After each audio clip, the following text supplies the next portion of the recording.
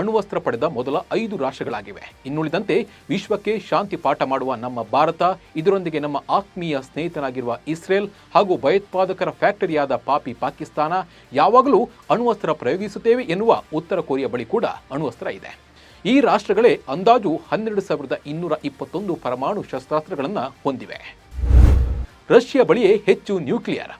ಈ 12,221 ಪರಮಾಣು ಶಸ್ತ್ರಾಸ್ತ್ರಗಳ ಪೈಕಿ ರಷ್ಯಾ ಮುಂದೆ ನಿಂತಿದೆ. ರಷ್ಯಾ ಒಂದೇ ಬರೋಬ್ಬರಿ 5,580 ಪರಮಾಣು ಸಿಡಿತಲೆಗಳ ಸಂಗ್ರಹ ಮಾಡಿಕೊಂಡಿದೆ. 2ನೇ ಸ್ಥಾನಕ್ಕೆ ಅಮೆರಿಕ ಪಡೆದಿದೆ. ಈ ಅಮೆರಿಕ ಒಂದೇ 5,044 ಪರಮಾಣು ಶಸ್ತ್ರಾಸ್ತ್ರಗಳನ್ನು ಹೊಂದಿದೆ. ಈ 2 ರಾಷ್ಟ್ರಗಳೇ ವಿಶ್ವದ 90ರಷ್ಟು ಪರಮಾಣು ಶಸ್ತ್ರಾಸ್ತ್ರಗಳನ್ನು ಹೊಂದಿದೆ. ಈ 9 ರಾಷ್ಟ್ರಗಳೇ ಯಾಕೆ ಅಣ್ವಸ್ತ್ರದೊಂದಿಗೆ ಇದೆ ಎನ್ನುವ ಪ್ರಶ್ನೆ ಉದ್ಭವಿಸುತ್ತದೆ. ಜರ್ಮನಿ, ದಕ್ಷಿಣ ಕೊರಿಯಾ, ಜಪಾನ್ ಮತ್ತು ಆಸ್ಟ್ರೇಲಿಯಾ ಅತ್ಯಂತ ಶಕ್ತಿಶಾಲಿ ರಾಷ್ಟ್ರಗಳಾಗಿವೆ.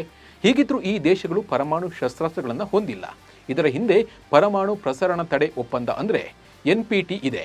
ಪರಮಾಣು ಶಸ್ತ್ರಾಸ್ತ್ರಗಳ ಬೆದರಿಕೆಯಿಂದ ಜಗತ್ತನ್ನು ರಕ್ಷಿಸಲು 1968ರಲ್ಲಿ ಈ ಒಪ್ಪಂದವನ್ನು ಅಂಗೀಕರಿಸಲಾಯಿತು ಮತ್ತು 1970ರಲ್ಲಿ ಜಾರಿಗೆ ಬಂದಿತ್ತು. ಇಲ್ಲಿಯವರೆಗೆ 190 ದೇಶಗಳು ಈ ಒಪ್ಪಂದಕ್ಕೆ ಸಹಿ ಹಾಕಿವೆ.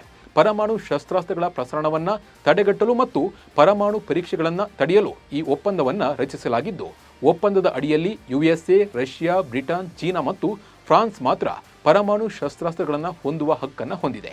ಯಾಕಂದರೆ ಅವುಗಳು ಒಪ್ಪಂದವು ಜಾರಿಗೆ ಬರುವ ಮೊದಲು ಪರಮಾಣು ಪರೀಕ್ಷೆಗಳನ್ನು ನಡೆಸಿದ್ವು.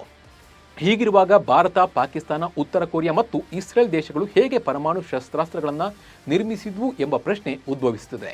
ವಾಸ್ತವವಾಗಿ ಭಾರತ ಮತ್ತು ಪಾಕಿಸ್ತಾನ ಈ ಒಪ್ಪಂದಕ್ಕೆ ಸಹಿ ಹಾಕಲಿಲ್ಲ.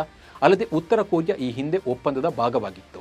ಆದರೆ ನಂತರದ ಪರಮಾಣು ಪರೀಕ್ಷೆ ನಡೆಸಿದ ಕಾರಣದಿಂದ ಒಪ್ಪಂದದಿಂದ ಹಿಂದೆ ಸರಿಯಿತ್ತು. ಅದೇ ರೀತಿ ಇಸ್ರೇಲ್ ಕೂಡ ಈ ಪರಮಾಣು ಶಸ್ತ್ರಾಸ್ತ್ರಗಳನ್ನು ರಹಸ್ಯವಾಗಿ ಪರೀಕ್ಷಿಸಿತ್ತು.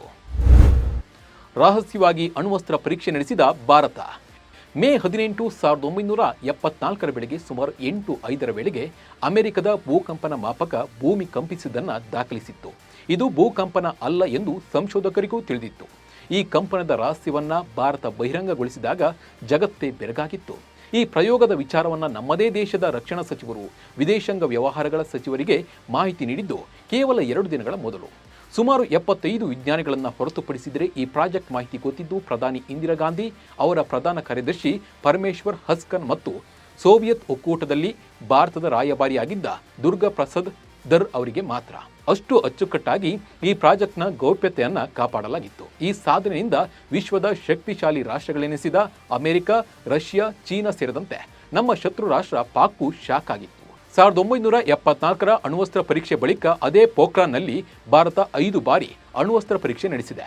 1974ರ ಪರಮಾಣು ಪರೀಕ್ಷೆ ಶಾಂತಿಯುತವಾದ ಪರಮಾಣು ಪರೀಕ್ಷೆ ಎಂದೇ ಕರೆಸಿಕೊಂಡಿತ್ತು. ಶಾಂತಿಯುತವಾಗಿಯೇ ತನ್ನಲ್ಲಿನ ಪರಮಾಣು ತಂತ್ರಜ್ಞಾನದ ಸಹಾಯದಿಂದ ಅಣ್ವಸ್ತ್ರ ಅಭಿವೃದ್ಧಿಪಡಿಸುವ ಸಾಮರ್ಥ್ಯ ತನಗಿದೆ ಎನ್ನುವ ಶಕ್ತಿಯನ್ನು ಜಗತ್ತಿಗೆ ತೋರಿಸಿತ್ತು ಭಾರತ. ಭಾರತಕ್ಕೆ ಅಣುಬಾಂಬ್ ಅಗತ್ಯವೇನಿತ್ತು? 1971ರ ಇಂಡೋ-ಪಾಕ್ ಯುದ್ಧದ ಬಳಿಕ ಪಾಕಿಸ್ತಾನ ಮತ್ತೆ ಕಾಲು ಕೆರೆದುಕೊಂಡು ಜಗಳಕ್ಕೆ ಬಂದೇ ಬರುತ್ತೆ ಎನ್ನುವ ವಿಚಾರ ಭಾರತಕ್ಕೆ ಕಾಡ್ತಾ ಇತ್ತು. ಇದರೊಂದಿಗೆ 2 ಬಾರಿ ಚೀನಾ ವಿರುದ್ಧದ ಯುದ್ಧದಲ್ಲಿ ಭಾರತ ಸೋತಿತ್ತು.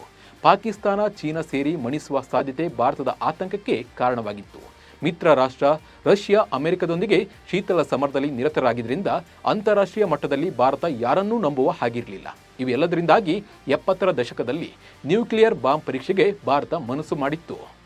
1998ರಲ್ಲಿ ಅಟಲ್ ಬಿಹಾರಿ ವಾಜಪೇಯಿ ಅವರ ನೇತೃತ್ವದಲ್ಲಿ ಬಿಜೆಪಿ NDA ಸರ್ಕಾರ ರಚಿಸಿತ್ತು. ಅಧಿಕಾರಕ್ಕೆ ಬರುವ ಮುನ್ನ NDA ಭಾರತದ ಮಿಲಿಟರಿ ಸಾಮರ್ಥ್ಯಕ್ಕೆ ಅಣ್ವಸ್ತ್ರ ಸಾಮರ್ಥ್ಯವನ್ನು ಸೇರಿಸುವುದನ್ನು ತನ್ನ ಚುನಾವಣಾ ಪ್ರಣಾಳಿಕೆಯ ಪ್ರಮುಖ ಅಂಶವನ್ನಾಗಿಸಿತ್ತು. 1998ರಲ್ಲಿ ಚೀನಾದ ಬೆಂಬಲದೊಡನೆ ಅಭಿವೃದ್ಧಿಪಡಿಸಿದ ಗೋರಿ ಕ್ಷಿಪಣಿಯನ್ನು ಪಾಕಿಸ್ತಾನ ಯಶಸ್ವಿಯಾಗಿ ಪರೀಕ್ಷಿಸಿತ್ತು. ಅದೇ ಪಾಕಿಸ್ತಾನದ ಸಾಮರ್ಥ್ಯಕ್ಕೆ ಭಾರತ ತನ್ನ ಆಪರೇಷನ್ ಶಕ್ತಿಯ ಮೂಲಕ ತನ್ನ ಪ್ರತ್ಯುತ್ತರ ನೀಡಿತ್ತು. 1974ರಲ್ಲಿ ಭಾರತ ತನ್ನ ಪರಮಾಣು ಪರೀಕ್ಷೆಯನ್ನು ಶಾಂತಿಯುತ ಉದ್ದೇಶಗಳಿಗಾಗಿ ಎಂದಿತ್ತಾದರೂ 1998ರ ಪರಮಾಣು ಪರೀಕ್ಷೆಯನ್ನು ಭಾರತವನ್ನು ಅಣ್ವಸ್ತ್ರ ಸಜ್ಜಿತ ರಾಷ್ಟ್ರವನ್ನಾಗಿ ರೂಪಿಸಿತ್ತು.